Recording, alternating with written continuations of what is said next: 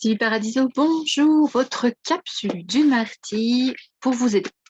Alors aujourd'hui, j'ai envie de rebondir sur une petite précision que j'aimerais apporter sur qu'est-ce que c'est que deux émotions qu'on confond souvent, mais qui ne sont pas les mêmes choses.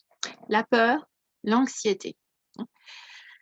La peur, c'est une émotion tout à fait normale, tout à fait légitime, en réaction à quelque chose qui se passe.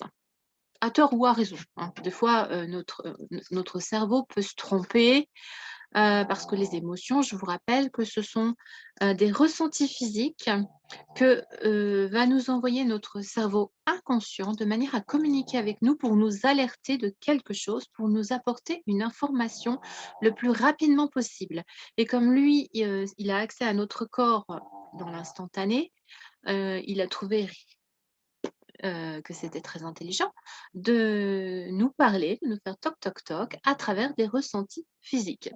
Alors donc, la peur est, en fait une émotion primaire, une émotion de base qui remonte à la nuit des temps et qui servait à alerter j'ai un cheveu, excusez, qui servait à alerter autrefois, les hommes préhistoriques, qu'il y avait un danger, potentiel, en général réel, hein.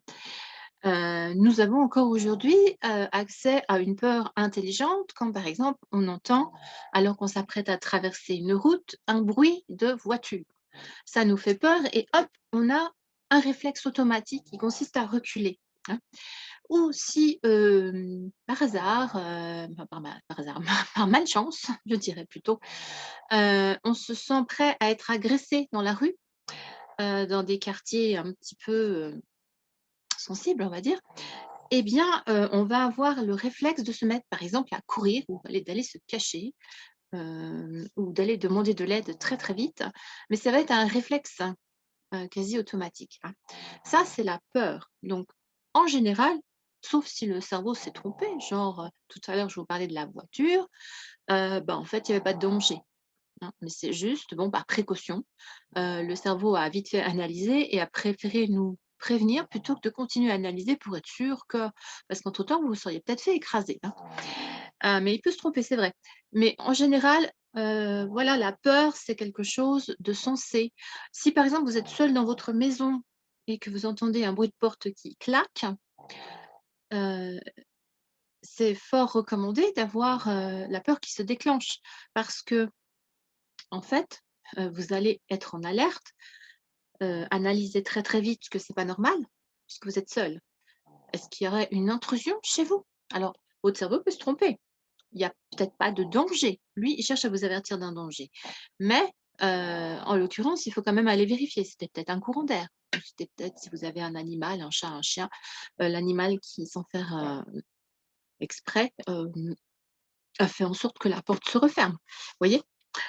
Donc voilà, ça c'est la peur et normalement, c'est une émotion donc ça passe. Ça vous traverse.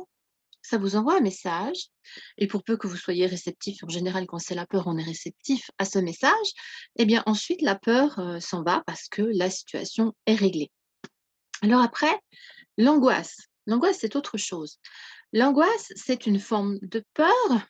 En principe, vous avez à peu près les mêmes ressentis physiques, mais là, il y a pas de raison vraiment d'avoir cette peur. Vous n'êtes pas en danger du tout et le cerveau ne s'est pas trompé pensant que vous étiez en danger. C'est juste un amalgame de choses, qui font que vous avez une espèce de pathologie à souffrir de ces ressentis très désagréables sans raison valable. Ça peut être, vous faites vos courses et puis vous avez une chance sur 2 que ça se passe bien, puis une chance sur 2, vous le savez, que tout d'un coup, ça se passe mal, vous soyez mal, à tel point que des fois vous êtes obligé de quitter le magasin. C'est de l'angoisse. Mais vous savez très bien que vous n'allez pas vous faire agresser. Vous savez très bien que le toit ne va pas vous tomber sur la tête ou autre chose, peu importe quoi. Normalement, vous faites vos courses, en toute sécurité. Donc il y a pas de raison valable et votre mental est capable de l'analyser. Simplement, les ressentis physiques sont tels que vous embarquez dans l'émotion et que, en général, bon, bah, soit, on a quelques techniques pour y faire face, des outils, qu'on va dégainer pour essayer de se calmer, soit on est obligé d'obéir à sa peur et de se cacher, de fuir, d'avoir une réaction qui va nous sortir de la situation. Situation qui a déclenché un ressenti d'angoisse, c'est-à-dire de mal-être non légitime, en fait, hein.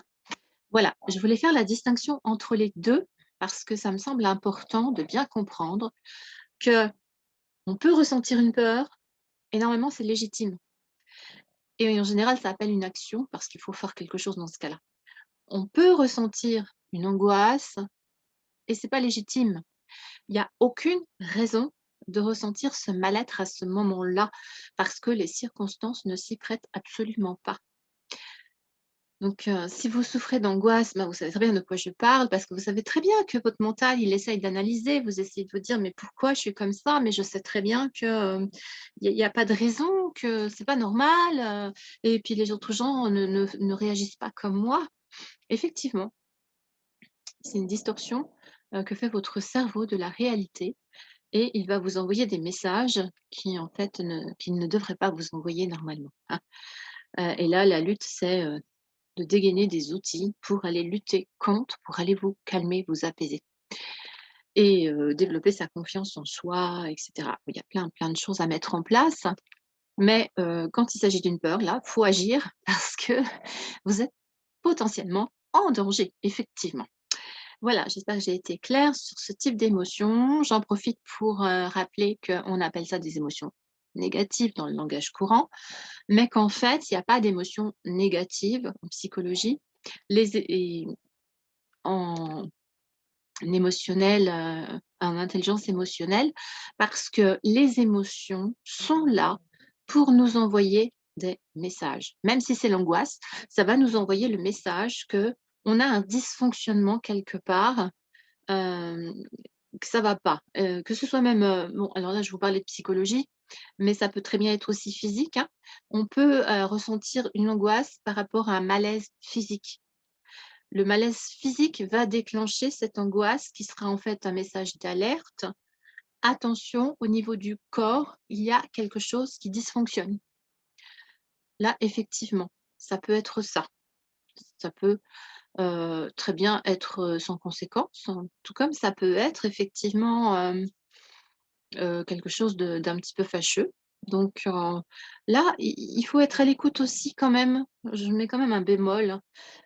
J'étais peut-être un peu trop radicale, mais combien de fois dans mes accompagnements, j'ai pu voir, des réactions psychosomatiques, des souffrances physiques, des malaises physiques, des mal-être physiques, hem et qui pouvaient déclencher, comment dire?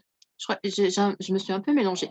C'est pas psychosomatique, c'est à la base, il y a un vrai problème physique, un vrai problème physique qui peut déclencher un mal-être. Voilà, c'est ça que je voulais vous dire, et inversement bien sûr aussi, mais là, c'est pas de ça dont je vous parle. Il faut pas toujours être aussi catégorique, je trouve que dans notre société, on a vraiment beaucoup tendance à parler de psychosomatique justement, voilà, bon, bah, c'est psychosomatique, mais pas forcément, hein. Ça peut vraiment être un trouble physique, même si c'est pas grave, hein. Si vous avez mal à l'estomac, ça peut vous déclencher une sensation d'angoisse, de pas parce que vous n'êtes pas bien, tout simplement, hein. Donc l là, l'angoisse vient d'une souffrance physique réelle et pas du tout psychosomatique, vraiment réelle. Ça, c'était une petite aparté. Mais bon, sinon, peur, c'est légitime. Angoisse, il y a pas de raison normalement, sauf petit souci physique. Voilà, j'espère que j'ai été claire. Donc je voulais, vous parler, de ces émotions qu'on dit négatives et qui n'en sont pas. Faites attention à ça.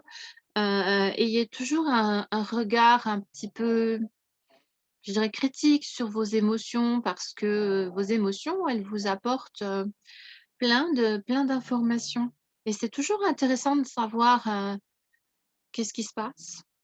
pourquoi je ressens ça, qu'est-ce que je ressens exactement aussi, hein, parce que des fois, il y a des gens qui ne savent même pas décrire le ressenti physique, de leur mal-être, puisque là, on est en train de parler de mal-être, puis en général, quand ça va bien, on n'en parle pas. Mais mettre le doigt sur ces messages, c'est très important. Donc faites bien cette distinction-là. Je vous dis à bientôt. Si vous avez des questions, n'hésitez pas.